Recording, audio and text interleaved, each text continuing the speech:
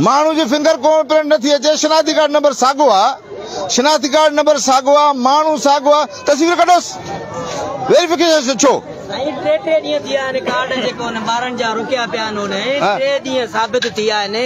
ॿारनि जा कार्ड रुकिया पिया आहिनि असांखे टियों ॾींहुं आहे माई हसीना जे नाले सां टियों ॾींहुं कार्ड असांजो रुकियो पियो आहे हफ़ीज़ मलिक वटि नथो ॾे हा 5000 चए वारो कयो ॾियो त पोइ जेको आहे ॾियो हा न त न मिलंदो हाणे कार्ड असांजो टियों ॾींहुं खां वठी उन्हनि वटि पियो आहे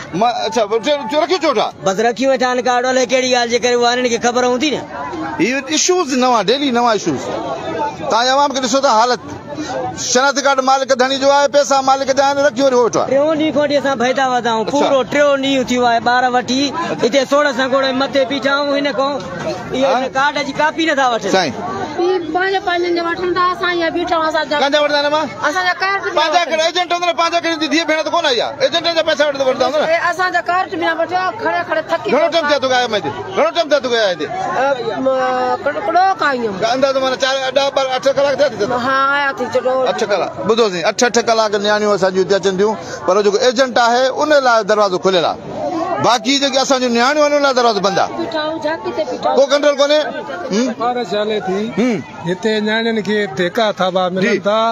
उन खां पोइ सिफारिश आहे जेको उन्हनि जो पंहिंजो सिफारिशी माण्हू आहे सिफारिश न पैसनि वारी ॻाल्हि पैसा वठंदा जो फटाफट कमु करनि था जेका न्याणी 5000 नथी ॾे उहो तारीख़ धिका खई मोटी वञे थी वरी 5000 जी हाकंदी पोइ मिलंदसि हाली धिका खईंदी वेंदी ॾह ॾींहं 8 ॾींहं थी विया आहिनि न्याणियूं ईअं रुलनि थियूं खणी महिरबानी करे इन्हनि ते सख़्त कार्रवाई कई वञे हा डीएसपी अब्दुल कादिर साहब आयो हुन सख़्त कार्रवाई कई हुई पर उहो वॾी हंड कोन आयो इन करे वरी ही माना लाकानूनी थी विया आला अमलदारनि खे बांह ॿधे चऊं था जेका असांजी न्याणी हिते 8 ॾींहं दरपदर ज़लील परेशान थिए थी ईअं न कयो वञे न्याणियुनि जे हक़ ते दाड़ो हणनि था इहा महिरबानी कयो जेको थी सघे आला अमलदारनि खे असां अपील कयूं था त जेको आहे हिननि खे न्याणियुनि खे हक़ मिले कमर्शलाइज़ करे छॾनि न सभु बैंक हुकुम करे छॾनि बिल्कुलु साईं ईअं करनि अचो साईं सामीन तव्हां ही ॾिसो माण्हुनि जो दाऊं ॿुधो साईं 5000 10,000 हा साईं अच्छा हिकु आर्मी वारो अचे माना ॾिसो न हिते न्याणियूं असांजूं 5 ॾींहं थी विया आहिनि सुबुह जो 6 बजे अचनि थियूं शाम जो बी उनको कार्ड भी नथा वठनि पुलिस वारा उन सां ॿधल आहिनि जी बाबा हा 5 पुलिस वारा वठनि था 2 हो वठनि था कम 5000 माना ॾियो त पोइ कम थिए थो कम थिए थो न त हे खीसर पिया घुमदा